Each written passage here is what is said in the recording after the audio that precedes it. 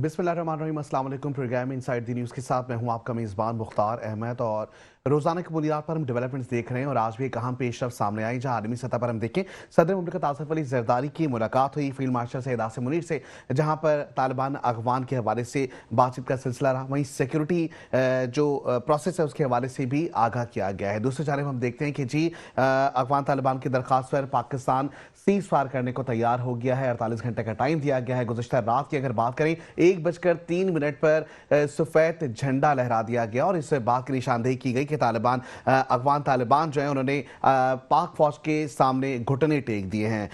दूसरी जानब हम देखते हैं कि इस तरीके के तमाम मुहरक़ात के साथ साथ KPK का एक बड़ा मामला, एक सूबा जिसके वजीर का एक मामला सामने आ रहा था, जहां पर हम देख रहे हैं कि हलफ बर्दारी की तकरीब में दरारें सामने आ रही थी और ऐसे में आज हलफ बर्दारी की जो तकरीब का अमल है वो मुकम्मल हो चुका है। सुहेल आफरीदी नए वजीर आला खैबर पख्तूनख्वा भी मुंतखब हो गए हैं। वहीं अली अमीन गंडापुर के हवाले से बातचीत का सिलसिला जारी था। ऐसे में हम ये देखते हैं कि PTI की जमात में अगर देखें तो इमरान खान साहब की जानिब से हम देखते हैं कि जी उस्मान बुज़दार को लाया गया, फिर हम देखते हैं कि अली मोहम्मद साहब को लाया गया, परवेज़ खटक का फैसला सामने आया, उसके बाद अली अमीन गंडापुर साहब को सामने लाया गया। तमाम तरह सूरत हाल सबके सामने और अब हम देख रहे हैं कि सुहेल आफरीदी जो है वो KPK में वजीर मुंतखब होते हैं, वज़ीर आला बन जाते हैं। ऐसे में अब KPK की हुकूमत किस तरीके से चलेगी इस पर खुसूसी गुफ्तगू का सिलसिला रहेगा। नौमतकब वज़ीर आला खैबर पख्तूनख्वा सुहेल आफरीदी ने अपने ओहदे का हलफ भी उठा लिया है। तकरीब की हलफ बर्दारी की जो तकरीब थी और इजलास था उसमें बेशतर बहुत सी बातें की गई।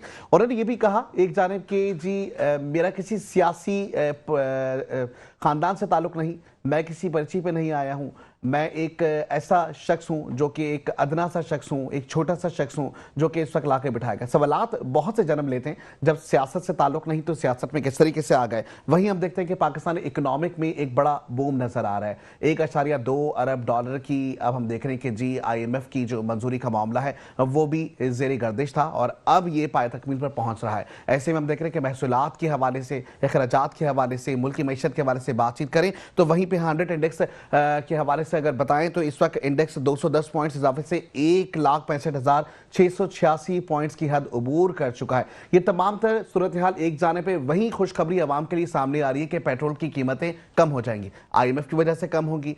IMF के जब कर्जे हम देंगे वापस तो क्या इसके ऊपर हमें कितना टैक्स हमें बढ़ाना पड़ेगा या महंगाई से दो चार आवाम क्या फिर कर्जे दब जाएंगे। इस पर खुसूसी गुफ्तगू का सिलसिला रहेगा। इस वक्त हमें ज्वाइन कर चुके हैं आमिर सिद्दीकी साहब, MQ पाकिस्तान से इनका ताल्लुक है। अस्सलाम वालेकुम सर। वालेकुम सलाम। अस्सलाम वालेकुम सर। सर आपको मेरी आवाज़ आ रही है? जी वालेकुम अस्सलाम। आपको आ रही है आवाज़? जी बिल्कुल मुझे आपकी आवाज़ आ रही है और जैसे कि तमाम तरह सूरत हाल सबके सामने है, हम देख रहे हैं कि IMF की हम बात करें, दूसरी जानिब अगर बात करें कि PTI जमात की, जहां पे आप देखते हैं कि KPK के अंदर जो है वो वज़ीर आला मुंतखब हो गए हैं सुहेल आफरीदी साहब। सर इस तमाम तरह सूरत हाल को आप कैसे देख रहे हैं? जी देखें, ये सूरत हाल तो सबके सामने, जिस तरह से वो कह रहे हैं कि मैं किसी पर्ची पे नहीं आया, तो ये वो पर्ची है जो इमरान खान ने पर्ची लिख के उनके लिए दी तो वो वजीर आला बने। और उनकी जो स्पीचेस हैं असेंबली की, जब आप उठाते हैं तो वो उनकी स्पीचेस क्या हैं, क्या उनका जो एहतजाज है वो सारा रियासत मुखालिफ एहतजाज है, और जो वो बात कर रहे हैं वो तो एहतजाज की बात कर रहे हैं, वो तो शायद हमारे रूल ऑफ लॉ या जो हमारा कॉन्स्टिट्यूशन है वो उसकी तो बात ही नहीं कर रहे। वो किस तरह से सोच सकते हैं कि वजीर आला जो बने हैं वो भी किसी ने पर्ची पे लिख के दिया है ना उनको। तो वजीर आला हमेशा पर्ची पे लिखा हुआ आया है और कोई उन्होंने जो भी अपनी असेंबली में स्पीचेस की जो आज ऑर्डर कर रहे हैं, शायद वो ये भूल गए कि उन्होंने आईने पाकिस्तान के तहत काम करना है, जो रूल ऑफ लॉ की बुक है। सर रूल ऑफ लॉ की आप बात कर रहे हैं, आईने पाकिस्तान की बात कर रहे हैं, 90 वोट लेकर मुंतखब हुए हैं वो। जी वो इसलिए 90 वोट है, जब उनके MPs की तादाद है तो उनको 90 वोट ही मिलने थे, तो क्या वो 90 वोट ये कहते हैं कि आप आइन की बुक उठा के एक तरफ रख दें? सर फिर तो पर्ची सिस्टम नहीं और क्या आपने देखें जो कॉन्स्टिट्यूशन है आपका 1973, क्या उसके तहत मुल्क को चलना है, क्या उसके तहत सूबों को चलाना है, या अपना कोई रूल ऑफ लॉ बना के उसके तहत आपने अपने सूबे को चलाना है? यहाँ पे बात ये हो रही है रियासत क्या है। आप देखें जो इस बयानात आ रहे हैं, रियासत और इस्टेब्लिशमेंट एक रियासत का इदारा है, तो आप जब इस्टेब्लिशमेंट के खिलाफ बयान देते हैं तो क्या आप रियासत से बगावत कर रहे हैं? क्या आप रियासत के खिलाफ बयान दे रहे हैं? क्या आप रियासत को नुकसान पहुंचाना चाहते हैं? तो ये वो शिद्दत पसंद लोग हैं जिनकी शिद्दत पसंदी से आज हमारा अफगानिस्तान बलूचिस्तान, केपीके, आज अफगानिस्तान खड़ा हुआ, वो अफगानिस्तान जो सोच भी नहीं सकता था, जिनकी आपने बात की कि जब हमने हिंदुस्तान जैसे बड़े मुल्क को हमारी पाक अफवाज ने 6 घंटे के अंदर घुटने टेकने पे मजबूर कर दिया, वो हिंदुस्तान जो अमेरिका को कह रहा था कि आप जंग रुकवाएं, कि जो हमसे बड़ी फौज, हमसे बड़ा उनके पास असला, 6 घंटे में पाकिस्तान की आर्मी ने उनके घुटने टिकवाए, उन्होंने घुटने टेकने में मजबूर हो गए। तो आज केपीके में जो हालात हैं जी, हमें दूसरी जानिब जो है वो राना मोहम्मद आजम साहब भी मौजूद है इस लाइन पे हमारे साथ। सदर इंसाफ लेबर विंग से इनका ताल्लुक है, मुझे सुन सकते हैं आप? जी जी, मैं सुन रहा हूँ। अस्सलाम वालेकुम।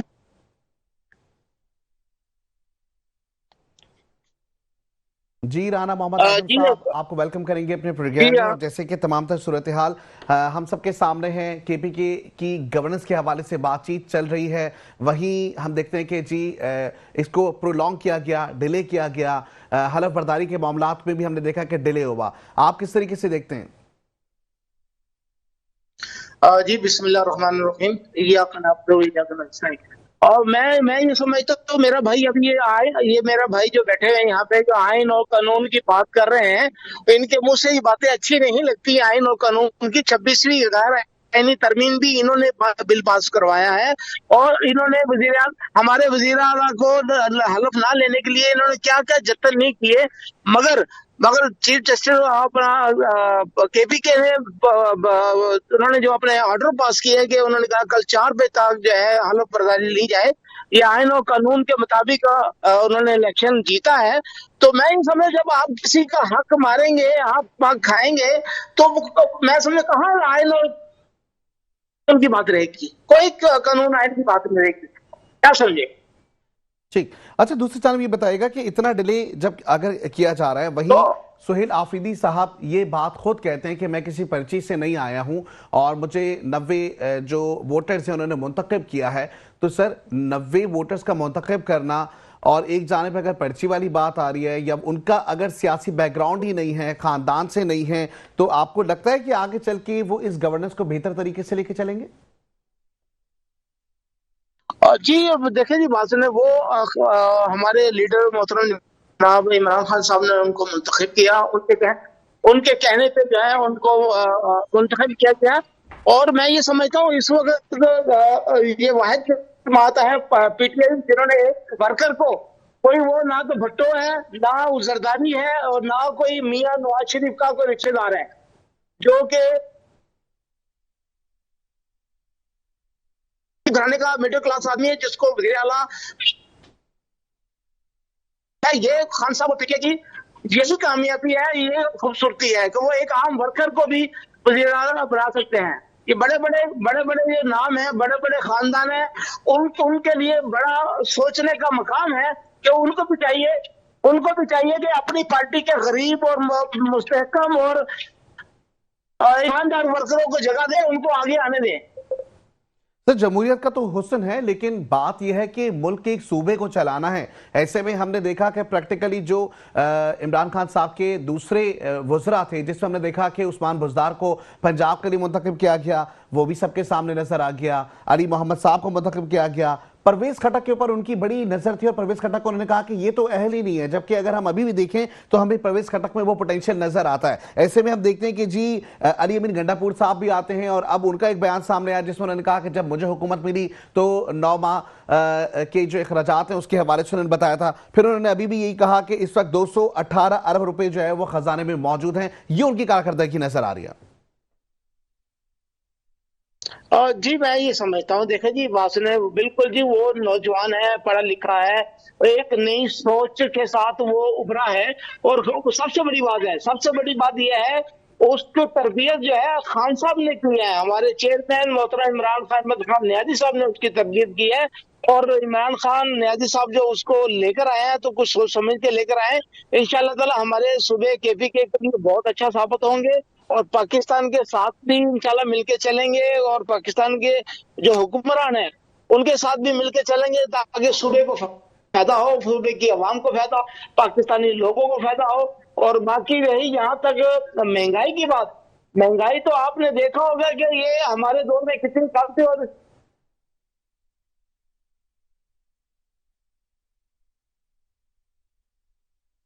हेलो। जी जी बिल्कुल। और दूसरी जानब ये मुझे बताइए कि राना मोहम्मद आजम साहब के अब हम देख रहे हैं कि कर्जों पे कर्जे लिए जा रहे हैं, 1.2 अरब डॉलर की बात है IMF की। क्या हम हमेशा महकूम रहेंगे?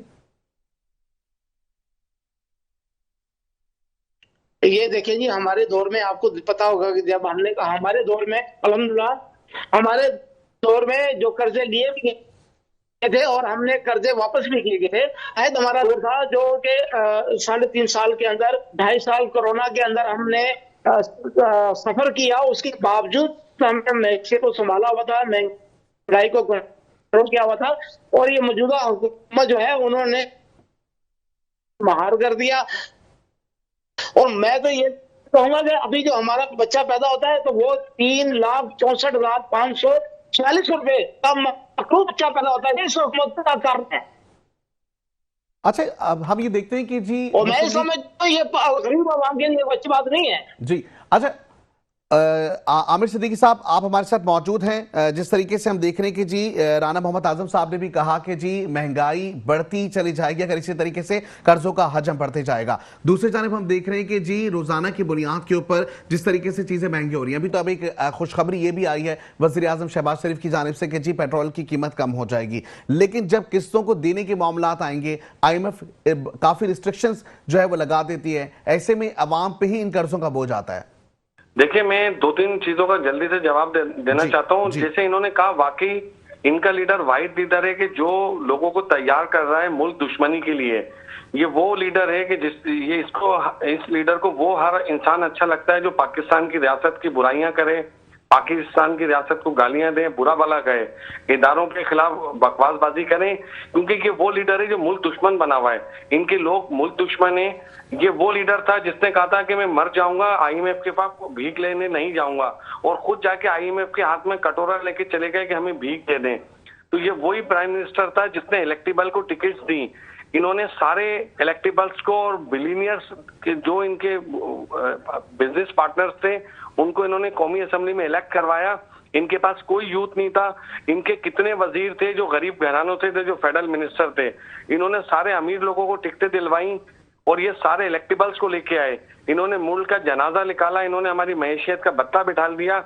आप जो महंगाई की बात करते हैं, देखिए महंगाई का एक ही वाहिद रास्ता है आज प्राइम मिनिस्टर की गवर्नमेंट को देखने का, और जो chief field marshal general Asim Munir ने जो मेहनत की है, जो वजीर आजम ने मेहनत की, आप बैरो ऑफ स्टैटिस्टिक्स को निकालें, प्राइम मिनिस्टर PTI की गवर्नमेंट की, और आज का दिन निकाल लें तो आपको पता चल जाएगा जब महंगाई ज्यादा थी आज ज्यादा थी। आज महंगाई के हर फिगर्स कम हो रहे हैं। आज आप किसी भी सेक्टर में उठा लें, चाहे स्टील ले लें, सीमेंट ले लें, हर चीज में रेट नीचे आ चुके हैं। तो आप बैरो ऑफ स्टैटिस्टिक्स निकाल लें, 2 साल के रेट्स 3 साल के निकालेंगे, 2022 में रेट्स क्या थे और आज रेट्स क्या हैं। PTI वो वाहिद जमात है जिसने मुल्क की सालमियत को नुकसान पहुंचाया, और आज मजीद हर गुजरते दिन के साथ ये सोशल मीडिया पे बैरों ने मुल्क में लॉबिंग करके मुल्क को नुकसान पहुंचा रहे हैं, और हर उसके साथ खड़े होते हैं जो मुल्क को नुकसान पहुंचाता है। TLP का जो मार्च था, सारी सोशल मीडिया की कैंपेनिंग PTI के लोग कर रहे थे। सर अभी हम उस जानिब तो नहीं जा रहे, हम अफरा तफरी की जानिब नहीं जा रहे। आप मुझे ये बताइए कि अगर हम सरमायाकारी की बात कर रहे हैं कि जी सरमायाकारी, मुल्क में सरमाया आ रहा है, सरमाया आ रहा है तो लग रहा है तो उससे कुछ बेनिफिट तो होगा, फिर हमें कर्जों की जरूरत क्यों पड़ रही है सर? नहीं, देखिए कर्जों की जरूरत इसलिए पड़ रही है कि जब डॉलर 100 रुपए का था तो PTI की गवर्नमेंट ने डॉलर को डबल किया था, तो आपके कर्जे ऑटोमेटिकली डबल हो गए। तो जो ये सारा बेड़ा गर्क करके गए मैशियत का, तो उनके लिए कर्जे रीशेड्यूल करवाए जा रहे हैं। और आप देखिए ना, बिजनेसमैन कहाँ चले गए, आज आपकी स्टॉक एक्सचेंज कहाँ खड़ी हो गई है। आज आप मुझे बताएं, कोई आपके पास 2-4 फिगर्स बता दें चीजों की, कौन सी चीज आप समझते हैं कि PTI की गवर्नमेंट से और आज की गवर्नमेंट की चीज महंगी। मुझे बताएं, आटे के रेट क्या है आज चीनी का रेट क्या है, आज दालों के रेट क्या है, आज घी का रेट क्या है, तेल का रेट क्या है। ये PTI की गवर्नमेंट जब 2018 में आई थी, जब प्राइम मिनिस्टर नवाज शरीफ की गवर्नमेंट गई थी, तो तेल का रेट क्या था, इन्होंने आते तेल का रेट कहाँ पहुंचा दिया। खाने पीने की चीजें इन्होंने कहाँ महंगी कर दी, और आज खाने पीने की चीज क्या रेट पे, आप मुझे बता सकते हैं, 3-4 फिगर्स दे दें कि कौन सी चीज महंगी हुई है, आमिर सिद्दीकी साहब 2022 में क्या रेट थे और आज में क्या थे। आमिर सिद्दीकी साहब, आप 3 साल का मवाजना कर रहे हैं, 17 साल 18 साल की हुकूमत सूबा सिंध में मौजूद रही, आप हमारे स्टूडियो में मौजूद थे जब ये बात हुई कि विफाक से फंड्स पीपल्स पार्टी कहती है कि मैं हमें दे दें, हम खुद खर्च करेंगे उस पर, आप ये कहते हैं कि जी विफाक का फंड अगर यहां आता है, और जिसपे पीपल्स पार्टी का कहना था कि इतनी दूर बैठे हैं और वो यहां आ नहीं सकते, और उन्होंने ये भी कहा कि जी सिर्फ आप सारा खमियाजा 17 साल की हुकूमत में डाल रहे हैं, इससे पहले 17 साल में और भी मेयर एमक्यूएम से भी रहे थे। ऐसे ही अगर मैं आपसे कहूं कि 3 से 3.5 साल 4 साल हुकूमत रही पीटीआई की, उसके साथ साथ अगर देखें तो महंगाई का बहरान तो शुरू से आता है, तो एक ही हुकूमत पे क्यों डाला जा रहा है? नहीं देखिए, आप जो महंगाई की बात कर रहे हैं, 3.5 साल सिंध गवर्नमेंट की बात की, साल में 2.5 साल जो आपका एनएफसी अवार्ड है ना, जो आपका एनएफसी अवार्ड है, उसके थ्रू चीफ मिनिस्टर सिंध के पास पैसे आते हैं, तो चीफ मिनिस्टर सिंध के पास 100% इख्तियार है, वो खर्च करें, वो डिलीवर नहीं कर पा रहे, काम नहीं दिखा पा रहे। ये तो देखिए सिंध गवर्नमेंट की तो सारी चीजें आपके सामने, आप जिस गली में भी जाएं जाके देख लें, राना मोहम्मद आजम साहब, सारी चीजें नजर आ रही हैं। आमिर सिद्दीक साहब आप एक मिनट रुकिएगा, हम चाहेंगे कि राना मोहम्मद आजम साहब अपना मौक़िफ़ दीजिए। जी राना जी राना, मैं ये कहता हूँ कि भाई हमारे बहुत अच्छी शिक्षा दे लेते हैं। मैं कहता हूँ हमारे दौर में 3.5 साल हमारी हुकूमत रही है, और इन्होंने महंगाई मार्च निकाला था, और महंगाई मार्च निकाल के और जमहूरियती हुकूमत के पीठ पे छुरा घोंप के इन्होंने हुकूमत कराई थी। और आज किस दौर से बात करते हैं? इनके दौर में, हमारे दौर में 16 में यूनिट था बिजली का, और इनके दौर में अभी 66 में इन्होंने गरीब आदमी का जीना हराम कर दिया, इन्होंने डॉलर को कहां पहुंचा दिया, पेट्रोल तो 300 रुपए के करीब पहुंच गया। हमारे दौर में 150 रुपए पेट्रोल था, हमारे दौर में कहते हैं जब पेट्रोल बढ़ता है तो वजीर आजम चोर होता है। तो आप ये क्या कहेंगे, इनका वजीर आजम डाकू है, वो तो पेट्रोल पहुंचा दिया, डॉलर कहां से कहां पहुंचा दिया, महंगाई कहां रहा, गरीब आदमी जीना हराम कर दिया लोगों ने, गरीब आदमी अब सांस नहीं ले सकता। मैं ये कहता हूँ ये मैंडेट चोरी करके आए हुए हैं, ये इनको आवाम ने नहीं चुना, ये वो लोग हैं जिन्होंने ये 47 के उम्मीदवार है, और जाली वज़ीर आज़म, जाली सदर, जाली मिनिस्ट्रियां ली हुई है। और मैं ये जब वो लोग चोरी का मैंडेट लेके गरीब आवाम का जिन्होंने वोट दिया था, जिन्होंने मुंतखब किया था और पीटीआई को, और उनका मैंडेट चोरी करके इन्होंने हुकूमतें बना लिया, और उसकी हुकूमत इन्होंने गैर यानी तरमीमी बिल, किसी भी तरमीमी बिल पास करवाया। मैं तो ये कहाँ मुखलिफ है पाकिस्तान के, ये पाकिस्तान के दुश्मन है, ये डाकू लोग हैं, इन्होंने पाकिस्तान को पूरे तरीके से दोनों हाथों से लूटा है। जी क्या कहेंगे आमिर सिद्दीकी साहब? देखें, ये जो बात कर रहे हैं ना कि अपना इनकी जो सारे एमपीएस थे, उनकी जो पिटीशन थी वो कोर्ट ने डिसमिस कर दी क्योंकि वो जाली पिटीशन थी। तो आपके पास तो जो मुल्क के अंदर आईन पाकिस्तान है, 1973 का कॉन्स्टिट्यूशन है, मुल्क और सूबे उसी पे चलते हैं, तो उसके तहत ही सिंध हाई कोर्ट परफॉर्म कर रही है। तो आप लोग तो पिटीशन लेके गए थे हमारे खिलाफ, तो क्या हुआ, आपकी पिटीशनों को उठा के जूते की नोक पर फेंक दिया कि डिसमिस हो गई? तो आप किस बात की बात करते हैं? कौमी असेंबली ने जो 26वीं तरमीम पास की है वो कानून के तहत पास की है, आइन के तहत पास की है। आप जो जाली इलेक्शन कहते हैं, तो क्या जो आपकी केपीके में गवर्नमेंट है वो जाली है? जो आपको मैंडेट मिला है वो सिर्फ ओरिजिनल है, बाकी जिनको मैंडेट मिला है वो जाली है? ये कौन सी आप हमें सिखाते हैं? 2018 में जब आपने हमारा मैंडेट छीना था, वही कराची की आवाम ने आपको जूते लगाए और आपसे मैंडेट वापस लिया, और जो असल हकदार थी, जो इस शहर की असल वारिस है, उसको एमक्यूएम को अपना मैंडेट वापस दिलाया आवाम ने। तो आपने तो जाली मैंडेट हासिल करके अपनी हुकूमत बनाई थी। आपकी हुकूमत उस टाइम भी एमक्यूएम के वोटों के ऊपर खड़ी हुई थी। आपने शहर के लिए क्या करा? 3.5 साल आपका प्राइम मिनिस्टर था, आपने कभी सोचा कि 2 दिन प्राइम मिनिस्टर कराची रुक जाते? आपने शहर के ऊपर क्या करा? आपने केपीके के अंदर, आज 15 साल से केपीके में भी इनकी हुकूमत है, आप जाके देखें इन्होंने कितने कर्जे लिए हुए हैं। इनकी जो बीआरटी है उसके ऊपर कितने नैब में केसेस चल रहे हैं, इनके बिलियनियर टी पे केसेस चल रहे हैं, इनकी सारी गवर्नमेंट के खिलाफ नैब में केसेस रजिस्टर्ड हैं। वो इमरान खान के टाइम के केसेस रजिस्टर्ड हैं, वो किसी और गवर्नमेंट ने नहीं करवाए। करप्शन जाए देखना है तो अगर पहले नंबर पे शायद मैं कहूँ पूरे पाकिस्तान में आता है तो सिंध गवर्नमेंट से भी कोई आगे है तो केपीके की गवर्नमेंट है। आमिर सिद्दीकी साहब और राना मोहम्मद साहब, आप हमारे साथ ही रहिएगा। यहाँ वक्त हुआ ब्रेक का, ब्रेक में जाएंगे, वापस आते हमारे से जुड़े रहे, देखते रहे हमारे प्रोग्राम जिसका नाम है inside the news. Welcome back to the show. जैसे कि प्रोग्राम में बात हो रही है गवर्नेंस के हवाले से, हम बात कर रहे हैं केपी के सूबे के हवाले से। वहीं हम देखते हैं कि 9 मुंतखब अरकान का मामला सामने आया। वहीं दूसरी जानिब अब हम देख रहे हैं कि जी गवर्नर ने अब हलफ भी ले लिया है, लेकिन उसके साथ साथ अब भी चामागोइयाँ जारी हैं। अपोजिशन की जमातें अब भी सुहेल आफरीदी के हक में नहीं है। क्या वजूहात हैं, इसके ऊपर खुसूसी गुफ्तगू जारी है। आमिर सिद्दीकी साहब, आप मुझे सुन सकते हैं? आपको मेरी आवाज़ आ रही है? जी जी। आमिर सिद्दीकी साहब, आपने कहा, जिस तरीके से हमने देखा कि पीटीआई की जमात ये कहती हुई नजर आती है कि आईएमएफ के मुआहदे इसलिए भी किए गए, उस दौर में कोरोना काफ़ी ज़्यादा फैला हुआ था। आज के दौर में देखें तो हम ये देखते हैं कि जी खास करके सैलाबी सूरत हाल से नंबरदार होने के लिए पूरा मुल्क डूबा हुआ था। लेकिन केपीके की बात करें तो केपीके में हर साल हमें ये तगैर जो चेंजेस हैं, मौसमियाती तब्दीलियाँ हैं, ये नजर आई हैं। तो ऐसे में क्या प्री प्लान कोई चीज़ नहीं थी?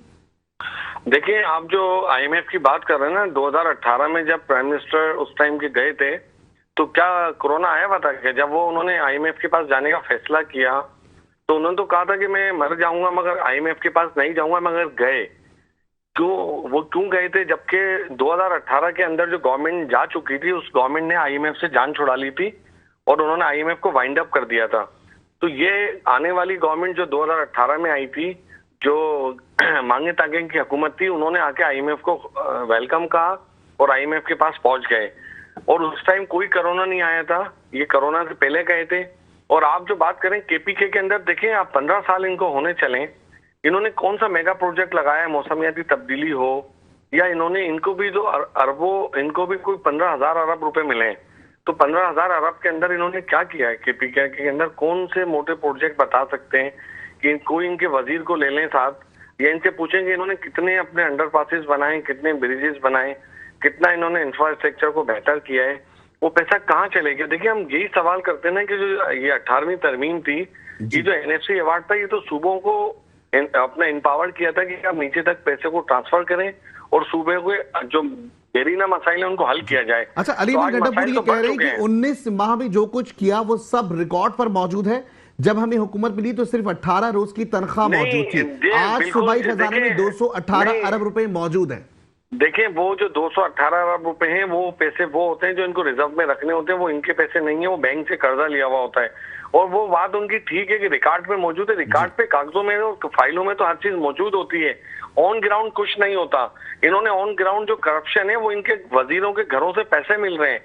ये अली अमीन गंडापुर साहब ने छापे लगवाए, इनके एंटी करप्शन इनको अरेस्ट कर रही है, घरों से करोड़ों रुपए मिल रहे हैं। तो ये तो इनकी गवर्नमेंट के वजीरों के घरों पे छापे लगने तो नोट मिल रहे हैं। तो ये इन्होंने कुछ नहीं किया। और देखें, इन्होंने एक लफ्ज में ऐड कर रहा हूँ, जो इनके जी चीफ मिनिस्टर केपीके की बात कर रहे हैं कि उसको लेके आए जिसका बयानिया मुल्क दुश्मन है। हम कहते हैं आपने वहां पे मैंडेट लिया है, आपने ही इलेक्ट करना था चीफ मिनिस्टर, मगर आप सोचते क्या वो बंदा ही आपको अजीज था कि जिसका टोटल बयानिया मुल्क दुश्मनी पे है, जिसकी आप सारी तकरीर उठा लें, वो इदारों के खिलाफ है, उनकी सोशल मीडिया कैंपेनिंग उठा लें, तो क्या आपके पास कोई ऐसा बंदा नहीं है जो पाकिस्तान का हमदर्द हो? तो आपने उसी बंदे को लाके बिठाना था कि जो मुल्क दुश्मन अनासिरों की सपोर्ट कर रहा है, जो उन लोगों से बात करने की बात कर रहा है, जो हमारे फौजी जवानों को डेली शहीद कर रहे हैं, जो हमारे डेली फौजी जवानों को शहीद कर रहे हैं। तो आप बताएं, उनसे बातचीत की बात कर रहे हैं कि जहां पे हमारे मेजर कर्नल की रोज शहादतें हो रही हैं, उन जानों की आर्मी कुर्बानियां दे रही है, उन जानों को शहीद किया जा रहा है, तो उनसे बात करने की बात करते हैं आप। उस बंदे की आप सपोर्ट करें, उस बंदे को आप चीफ मिनिस्टर में लेके आ रहे हैं। तो वो तो बात करते हैं कि हम तालिबान से बात करेंगे, हम ऑपरेशन नहीं होने देंगे। तो उन्होंने तो अपनी असेंबली तकरीर में क्या वो उन लोगों के साथ हैं जो लोग हमारे फौजी जवानों को रोज शहीद कर रहे हैं। तो आप मुझे बताएं, मुल्क इसका मुतामिल हो सकता है कि जो हमारे जवानों की शहादतें हो रही हो और एक तरफ से बयानिया ये जारी किया जा रहा हो कि उनकी सपोर्ट की जा रही हो, तो आप सोचें कि आप मुल्क को किस तरह से आगे लेके चलेंगे। ठीक, राना मोहम्मद आजम साहब क्या कहेंगे? मुल्क दुश्मन बयानिया, क्या ऐसी कोई मामलात हैं, क्या ऐसा कोई बयानिया दिया गया है? जी, मैंने अपने भाई सिद्दीकी साहब की खामोशी के साथ बड़े गौर से बात सुनी है और इनको बोला अपना हौसला रखिएगा, मेरी बात सुनिएगा। सबसे पहले तो इस कराची शहर ने जो मैंडेट दिया था इनको, और इन्होंने अपना मैंडेट इन्होंने बेचा।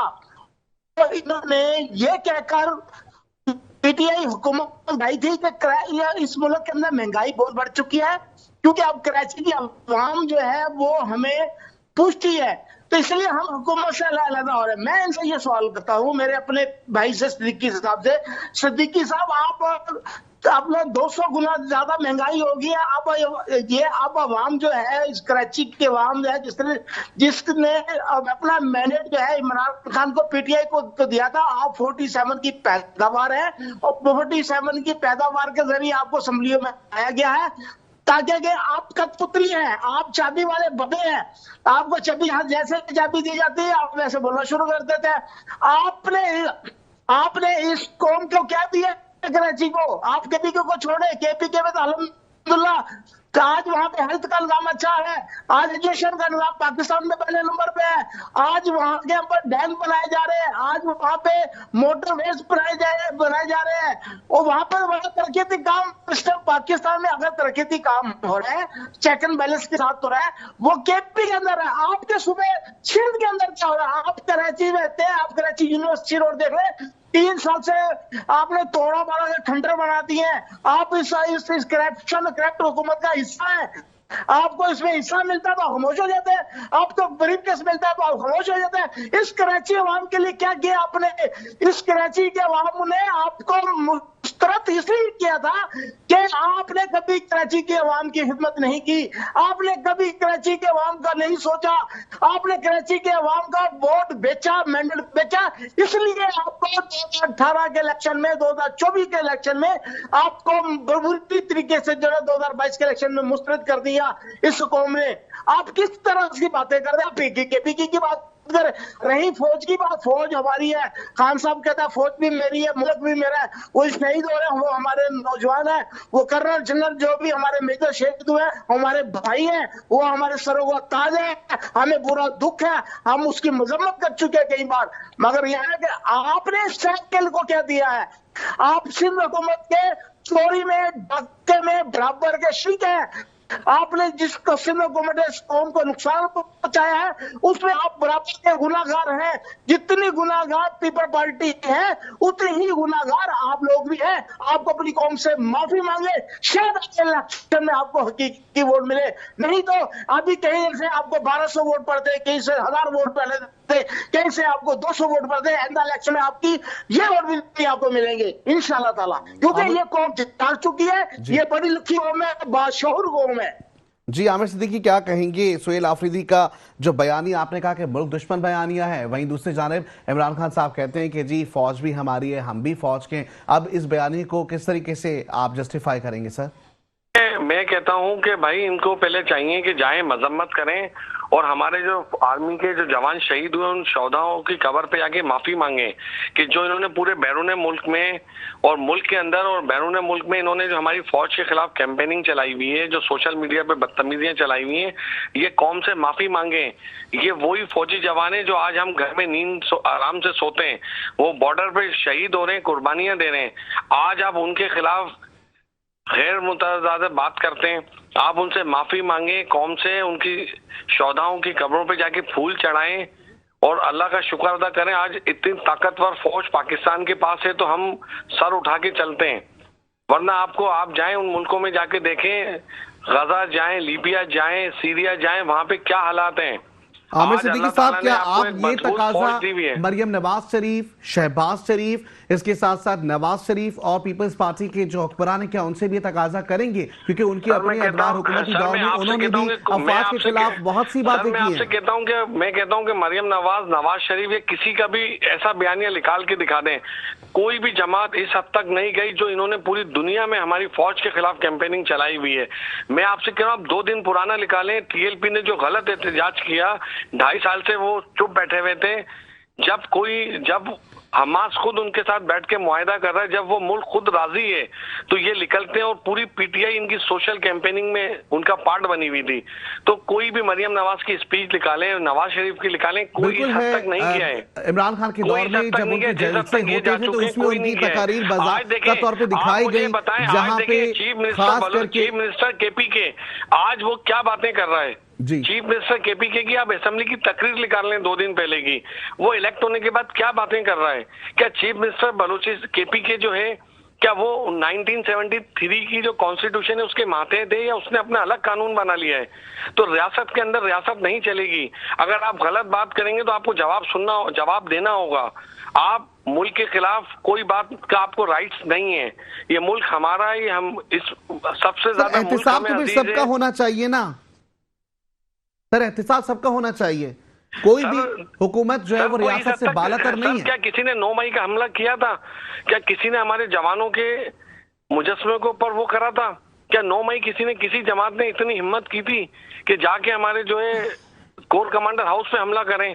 क्या पाकिस्तान की तारीख में आपको ऐसी मिसाल मिलती है? 9 मई जैसी कोई मिसाल किसी के पास है? ये जमात तो बिल्कुल रेड लाइन भी क्रॉस कर चुकी है। जी राना मोहम्मद आजम साहब क्या कहेंगे? दूध का दूध, पानी का पानी होगा और वो पता चलेगा। जिन्होंने सीसीटीवी वीडियो चोरी की है वो भी असल मुजरिम है, जिन्होंने सीसीटीवी वीडियो उस वाकये की चोरी की है, छुपाई है, वो असल जुर्म है जिन्होंने काम कराया है। इसके पीछे वो लोग शामिल है जिन्होंने सीसीटीवी चोरी की है और वीडियो चोरी की हुई है। आप यहाँ पे गए एक जरा सा वाकया होता है, टीवी के जरिए उसको गिरफ्तार किया जाता है। आप जो है ना, आप हमारा मैंडेट चोरी करके और असम्बलियों में जाली हलफ उठा के अल्लाह पाक के 99 नाम के नीचे हलफ लेते हैं और उसके बाद गैर आईनी गैर कानूनी आप बिल पास करते हैं और उसमें इस कौम को आप क्या कहते हैं निचोड़ के रख सकते हैं। आपने तो ये हुकूमत हमारी इसलिए छोड़ी थी कि महंगाई हो गई है। आप बिजली के बिल गरीब आदमी नहीं पर खुदकुशियां कर रहे हैं। अब आप क्या कहेंगे? आप क्यों हो रहे हैं आप लोग?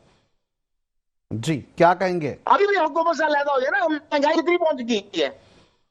जी आमिर सिद्दीकी साहब, आपके लीडर ने ये अरब रुपए खर्च किए, 15,000 अरब रुपए। केपी की गवर्नमेंट के पास कोई जवाब नहीं है। कोई इन्होंने डॉक्यूमेंट बनाए हुए, फाइलें बनी हुई है, ग्राउंड पे कुछ नहीं है। इनके पास कोई जवाब नहीं है। 3.5 साल इनका प्राइम मिनिस्टर था, इन्होंने शहर में एक रात इनका प्राइम मिनिस्टर नहीं रुका, मगर उसका इनके पास जवाब नहीं है। ये कहते हैं फलानी फाइल खोलो, फलानी फाइल खोलो। भाई शहर की आवाम ने एमक्यूएम पाकिस्तान को मैंडेट दिया है। जो आप लोगों ने बेईमानी से 2018 में छीना था, वो एमक्यूएम को मैंडेट मिला। आज हम अपना मैंडेट वापस लेके असेंबली में बैठे हुए। जो असेंबली में कानून साजी होती है वो 1973 कॉन्स्टिट्यूशन के मुताबिक होती है। तो हर चीज आइन के मुताबिक चल रही है। अदालतें अपना फैसला दे रही हैं, अदालतें अपना काम कर रही हैं। अगर वाहिद कोई है पार्टी जो इस मुल्क के अंदर, जो इस मुल्क की तरक्की नहीं चाहती, वो पीटीआई है। उनकी बैरून मुल्क की तकरीरें उठा लें, इनके लोगों की उठा लें। आज मेरा मुल्क तरक्की कर रहा है। आज जो field marshal general Asim Munir और prime minister of Pakistan Shahbaz Sharif ने जिस तरीके से अपने मुल्क का मुकदमा लड़ा, जिस तरह हमने हिंदुस्तान को मात दी है, हिंदुस्तान के घुटने टेके, पूरी दुनिया आज आपके लिए खड़ी हुई है, आपसे मिलना चाहती है, आपके पास बिजनेस लाना चाहती है। मगर कोई है तो वो पीटीआई है। वो चाहती है कि मुल्क को किस तरह से हम डिस्टेबलाइज करें और मुल्क को आगे नहीं बढ़ने दें। आप मुझे बताएं, पूरा मिडिल ईस्ट पूरा आपके सामने सब खड़े हो गए लोग, आपके पास बिजनेस की ऑफर्स कर रहे हैं। अमेरिका, यूरोप, लंदन, कनाडा, पूरी दुनिया आपके साथ आ चुकी है। मगर वाहिद कोई है जो जिद पे खड़ा हुआ है तो वो सिर्फ पीटीआई का बयानिया है। वो नहीं चाहता कि मुल्क आगे निकले। कह रहे हैं कि मौशी एतबार से देखें तो लोग मुल्क में आ रहे हैं, सरमायाकारी आ रही है, सारी चीजें हो रही है, ये तमाम चीजें बिल्कुल दुरुस्त कह रहे हैं। क्या आम आवाम को कोई रिलीफ मिल रहा है इससे? जी बिल्कुल। देखिए मैंने आपको मैं आपको कहता हूँ अपना मोबाइल ऑन करें, अभी गूगल कर लें और ब्यूरो ऑफ स्टैटिस्टिक्स जो पाकिस्तान के रेट्स इशू करता है, हर महीने बुलेटिन इशू होता है। देखिए मैं आपको कोई गलत फिगर दूं, मैं आपको अभी कॉल के बाद व्हाट्सअप करूंगा। कल प्रोग्राम रखें, मैं सारे बुलेटिन लेके आता हूं 2021-22 का और इस महीने का सितंबर अक्टूबर का मैं आपके पास बुलेटिन लेके आऊंगा। आप देख लेना कि 21 में महंगाई क्या थी और आज क्या थी। देखिए हम फिगर्स पे बात करेंगे, हम हवाई बात नहीं कर सकते, हम पार्लियामेंटेरियन है। तो मैं आपको स्टेट बैंक के फिगर्स लाके देता हूं कल कि आज महंगाई, आज आम आदमी के पास महंगाई के रेट्स नीचे आ रहे हैं। आप कैसी बात आप सोच सकते हैं कि आप 21 का मैं देखिए मैं आप प्रोग्राम रखें, मैं आपको 21 का बुलेटिन देता हूं और आज इस महीने का सितंबर की देखिए सितंबर जो है ना बिल्कुल जी आमिर सिद्दीकी साहब, बिल्कुल इसके ऊपर जरूर बात होगी। महंगाई से अवाम परेशान होने के साथ साथ जो रोजाना की बुनियाद पर हम देखते हैं कि जी खास करके सरमायाकारी के हवाले से बातचीत होती है, इंडेक्स दिखाए जा रहे होते हैं, बड़ी बड़ी खबरें हमें सामने अच्छी की दिखाई दे रही होती हैं, लेकिन इन दी एंड हम यही देखते हैं कि आम आवाम आज भी सफर करती हुई नजर आती है। ऐसे में इस वक्त हमें ज्वाइन किया सलमान शाह माहिर माशियात हैं, वेलकम करेंगे अपने प्रोग्राम में। अस्सलाम वालेकुम सर। वालेकुम अस्सलाम।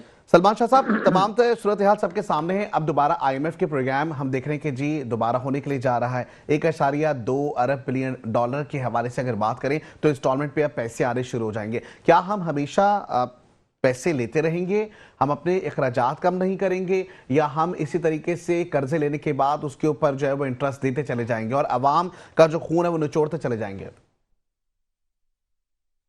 देखिए, इस वक्त तो प्लान जो है वो यही है कि IMF प्रोग्राम को चलाते रहें और जो भी उसकी शराइत है उनको पूरा किया जाए, और उसकी वजह से उनकी जो है वो पाकिस्तान को रहे। और ये बहुत ज़रूरी है, क्योंकि अगर ये बैकिंग नहीं होगी तो फिर पाकिस्तान को शदीद crisis, balance of payment crisis में हम चले जाएंगे और उससे निकलना बड़ा मुश्किल। तो IMF के साथ तो रहना बहुत जरूरी है। असल प्रॉब्लम ये है कि हम 25 प्रोग्राम पहले भी IMF से कर चुके हैं जी, और ये 25वां प्रोग्राम है, तो इसके बाद और भी 26वां भी होगा, क्योंकि हम जो बेसिक रिफॉर्म्स हैं उसकी तरफ नहीं जाना चाहते। और बेसिक रिफॉर्म्स ये हैं कि पाकिस्तान का जो निज़ाम है, ब्यूरोक्रेटिक निज़ाम है, जो हमारा डिसीजन मेकिंग का निज़ाम है, वो तो अब वर्ल्ड बैंक ने भी कह दिया वो फेल हो गया। और अभी इसी महीने वर्ल्ड बैंक की जो रिपोर्ट आई है, खासी कॉम्प्रिहेंसिव रिपोर्ट है, जी, उसमें उन्होंने कहा है कि लोग जो हैं उनकी आमदन नहीं बढ़ी और उनकी प्रोडक्टिविटी भी नहीं बढ़ी, उनको कोई अच्छे जॉब्स भी नहीं मिल रहे, कोई इंडस्ट्रियलाइजेशन नहीं हो रही। जो लोग देहातों से शहरों में आ रहे हैं वो इनफॉर्मल सेक्टर में आ रहे हैं, वो कंस्ट्रक्शन और सिर्फ सर्विसेज, जो ये होटल शोटल में चाय खाने वगैरह हैं, वहाँ पे उनको नौकरियां मिल रही हैं, और वो तो सिर्फ सर्वाइवल हो रहा है, कोई ये नहीं है कि वो उनकी हालात बेहतर हो रही। सर ये पावर्टी शॉर्ट टर्म रिलीफ है? लाइन से नीचे तकरीबन 45% लोग पावर्टी लाइन के नीचे चले गए हैं। सर ये शॉर्ट बच्चे टर्म जो हैं रिलीफ है उनको क्या? इसी खुराक तरीके नहीं से ये मिलती, शॉर्ट टर्म उनकी रिलीफ के चक्कर स्टंटिंग में हो हम रही है। IMF को जो है वो तो खैरबाद ये नहीं करेंगे? सो बेसिकली कहने का मकसद ये है कि जो रिफॉर्म्स अब आपको चाहिए वो अब आपको करने की जरूरत है, और उसमें ये है कि अपनी ढांचा जो है हुकूमत का उसको चेंज किया जाए। 50-60 मिनिस्टर्स की बजाय 20 मिनिस्टर से काम किया जाए। ज्यादा से ज्यादा जो अखराजात हैं हुकूमत के उनको कम किया जाए, काटा जाए, टैक्स लोगों को उनकी अर्निंग पावर को बेहतर किया जाए। इन्वेस्टमेंट जो है वो प्राइवेट सेक्टर करे। हमारा प्राइवेट सेक्टर तो इन्वेस्ट ही नहीं कर रहा। पाकिस्तान में इस वक्त इन्वेस्टमेंट टू GDP रेशियो जो है वो पाकिस्तान की हिस्ट्री में सबसे कम है।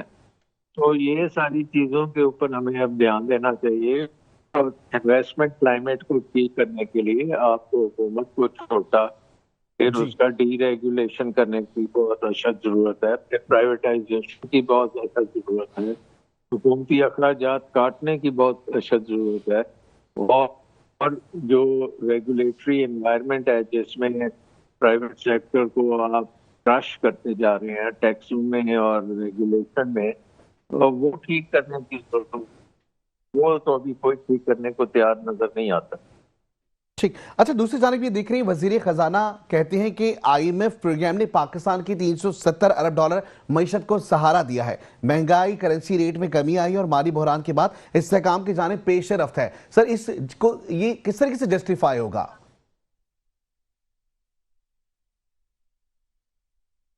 जी हेलो। जी सलमान शाह, आपको मेरी आवाज आ रही है? जी जी, अच्छा, वजीर यही खजाना मैं ये कह कह रहा रहे हूँ हैं ना कि जी जी, ये जो है ये बगैर अब फर्दर करने के, और जैसे मैंने बात की कि इन्वेस्टमेंट क्लाइमेट को बगैर ठीक किए और हर जो आपका देहात है और शहर है उसको आप देखें, वो तो 15वीं सदी में रह रहे हैं, उनको 21वीं सदी में लाने की जरूरत है। इंफ्रास्ट्रक्चर आपका बिल्कुल खत्म हो चुका है, एजुकेशन आपकी खत्म हो चुकी है। तो ये सारी मेजर चीजें हैं जिसके ऊपर काम करने की जरूरत है। वो उसके लिए हुकूमत ने कोई प्लानिंग नहीं दी कि ये हम कर रहे हैं और इससे ये फायदा होगा कि हुकूमती अखराजात एक तरफ कम होंगे और दूसरी तरफ आवाम को जो बेहतरी मिलेगी स्कूलों कॉलेजों वगैरह में, वो भी सामने नजर आनी चाहिए। और एक पब्लिक प्राइवेट पार्टनरशिप का निज़ाम को पूरे तरीके से बनाने की जरूरत है। ठीक है सलमान शाह, बहुत शुक्रिया, आपका मौक़िफ़ सामने आ गया है। आमिर सिद्दीकी साहब, जैसे कि पब्लिक प्राइवेट पार्टनरशिप के हवाले से कहा गया, जीडीपी की ग्रोथ को आप देख लें, वो भी हमें अभी हिस्ट्री में कम नजर आ रही है। महंगाई पे अगर बात करें तो महंगाई भी हिस्ट्री में सबसे ज्यादा महंगाई है। तो ऐसे में सर और इकदाम क्या करने चाहिए हुकूमत को? देखिए, दो सर ने जो बात की ना, देखें जो आप वजारतें कम करें तो 1% भी कोई मसला नहीं है। असल इशू क्या है कि जब तक एफबीआर 100% रिफॉर्म नहीं करता, जब तक हम अपनी असल सिमत में नहीं जा सकते। मेन चीज एफबीआर है, जब तक एफबीआर रिफॉर्म्स नहीं होंगी तो हम अपने पांवों पे खड़े नहीं हो सकते। वो सारे आपको पता है कि बिजनेसमैन और जागीरदार लोग बैठे हुए हैं असेंबलियों में, तो वो जब तक एफबीआर को रिफॉर्म नहीं कर सकते तो जब तक आप अपने पैरों पे खड़े नहीं हो सकते। ठीक है, बहुत शुक्रिया आमिर सिद्दीकी साहब। और जैसे कि हमारे साथ ज्वाइन किया था माहिर माशियात सलमान शाह ने, इसके साथ साथ आमिर सिद्दीकी एमकेएम से आपका ताल्लुक था, और इसके साथ साथ राना मोहम्मद आजम साहब जो कि सदर इंसाफ लेबर विंग्स के, आप तमाम मेहमानों का बेहद शुक्रिया। और इसके साथ ही प्रोग्राम में, क्योंकि ज़ाहिर मीशत पर बात हो रही है, हमें हर चीज़ को रिफॉर्म करना होगा। एफबीआर के अहदाफ को मुकम्मल करने के लिए आम आवाम को रिलीफ देना तो है, लेकिन इसके साथ साथ आम आवाम को भी अब साथ देने की अशद ज़रूरी है। ज़िंदगी और हालात ने दिया साथ, तो इंशाल्लाह कल होगी आपसे मुलाकात। अपना ख्याल रखिएगा। खुदा हाफिज।